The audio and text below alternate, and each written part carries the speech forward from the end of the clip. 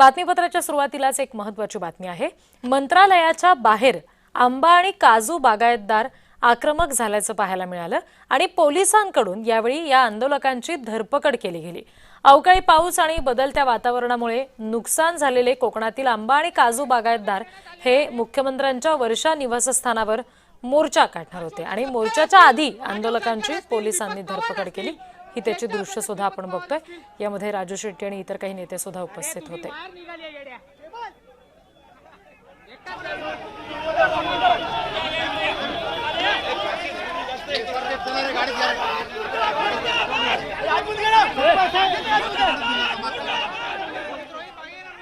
एक आत्मक्लेश आहे की बाबा आम्हाला त्या आंब्याचा दर मिळत नाही, मग आम्ही काय केलं पाहिजे। आता पुढची भूमिका आमची पुढची भूमिका जोपर्यंत आंबे उत्पादकांना आणि काजू न्याय मिळत नाही तोपर्यंत हा लढा चालू राहील। इथून पुढची रणनीती ही पोलीस चौकीमध्ये आता ठरून जाईल।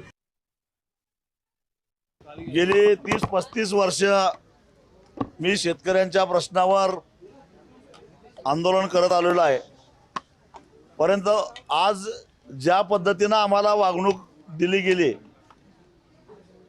त्या पद्धतीनं आजपर्यंत आम्हाला कधीच वागणूक मिळालेली नव्हती।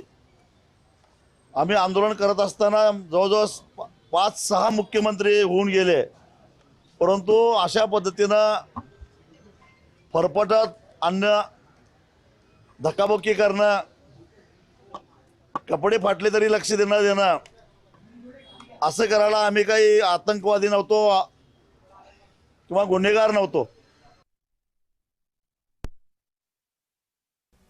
या सगळ्या संदर्भात प्रतिनिधी शुभम उमाळे आपल्याला आणखी तपशील देत आहेत। शुभम,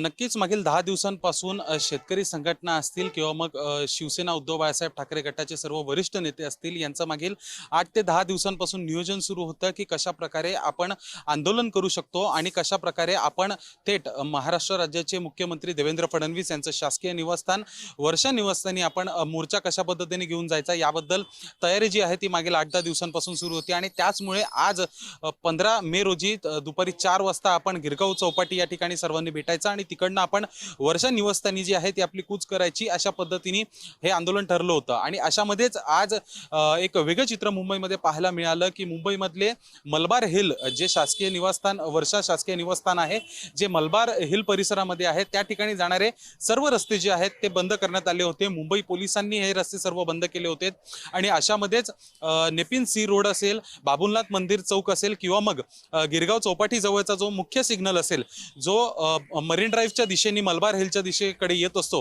हे तिन्ही प्रमुख रस्ते जे मलबार हिलला जातात हे बंद करण्यात आले होते। आणि खरं याच्यामध्ये पाहायला गेलं तर असंख्य असे नेते आणि पदाधिकारी आहेत जे वर्षा निवासस्थानी निघाले होते मुख्यमंत्री देवेंद्र फडणवीस यांना भेटण्यासाठी। तर त्यांची अडवणूक जी आहे ती या ठिकाणी झाली होती, धरपकड त्यांची करण्यात आली होती आणि साधारणतः 350 ते 400 कार्यकर्ते जे आहेत यांची धरपकड करण्यात आली होती। ज्या गाड्यांवर मुंबई पोलिसांना संशय होता की ही गाडी वर्षाच्या दिशेला जाऊ शकते किंवा मग याच्यात शेतकरी नेते आहेत किंवा असं म्हणायला गेलं तर महाविकास आघाडी चे जे घटक पक्ष आहेत त्यांच्यातले प्रमुख नेते किंवा मग कार्यकर्ते दिसत आहेत, अशा सगळ्यांची धरपकड जी आहे ती मुंबई पोलिसांकडून करण्यात आली होती। आणि मुंबईतील वेगवेगळ्या ठिकाणी आझाद मैदान असेल किंवा मग इतर जे पोलीस स्टेशन आहेत त्या ठिकाणी त्यांना नेण्यात आलं होतं। अशामध्येच पाहायला गेलं तर विनायक राऊत असतील, राजू शेट्टी असतील, हे असे काही प्रमुख महत्त्वाचे देखील चेहरे होते ज्यांची धरपकड करण्यात आली होती आणि नंतर पोलिसांनी त्यांना जे आहे आझाद मैदान आणि पोलीस स्टेशन इतर ठिकाणी नेण्यात आलं आणि त्याच ठिकाणावरून त्यांचं आंदोलन जे आहे ते संपलं। खरं बघायला गेलं तर कोकणामधले आंबा आणि काजू उत्पादक शेतकरी यांचा हा मुद्दा होता आणि याच मुद्द्यासाठी हे आंदोलन जे आहे ते मुंबईमध्ये करण्याचं ठरवलं होतं। पण मात्र कुठेतरी पोलिसांनी जे आहे वर्षा निवासस्थान या ठिकाणी आंदोलन न करता तुम्ही आझाद मैदान या ठिकाणी करू शकता असं देखील त्यांना सांगितलं। पण मात्र संध्याकाळची वेळ होती, हे सर्व काही दुपारी 3 वाजतापासून धरपकड सुरू झाली आणि त्यानंतर साधारणतः 5-5:30 पर्यंत जे आहे आझाद मैदानला काही नेते आणि कार्यकर्ते यांना आणण्यात आलं होतं। पण मात्र संध्याकाळी 6:30 वाजेपर्यंतच परवानगी असते आझाद मैदान या ठिकाणी आंदोलन करण्याची, तर त्यानंतर आंदोलनाला जी आहे ती स्थगिती देण्यात आली। जी शुभम, तुम्ही आमच्याशी असेच जोडलेले राहा।